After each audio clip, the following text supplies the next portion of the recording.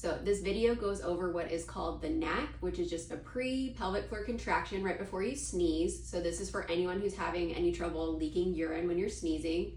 So what you do is do that nice little pre-brace and then cough, sneeze, blow your nose.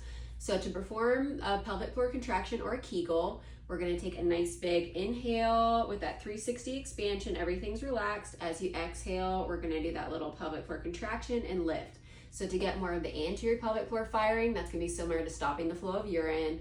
Remember the posterior pelvic floor, that's similar to trying to hold in a bowel movement so you can make it to the toilet.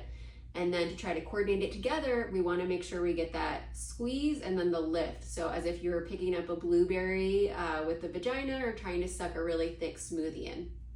So inhale, exhale, squeeze and lift.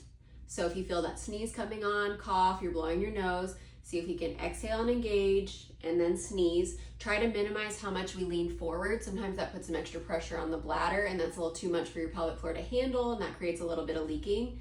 You can also try to sit down for a little extra support, cross your legs, or you can put your hand there too and then sneeze as we do that pelvic floor contraction. Same thing in standing, hand there, cross the legs.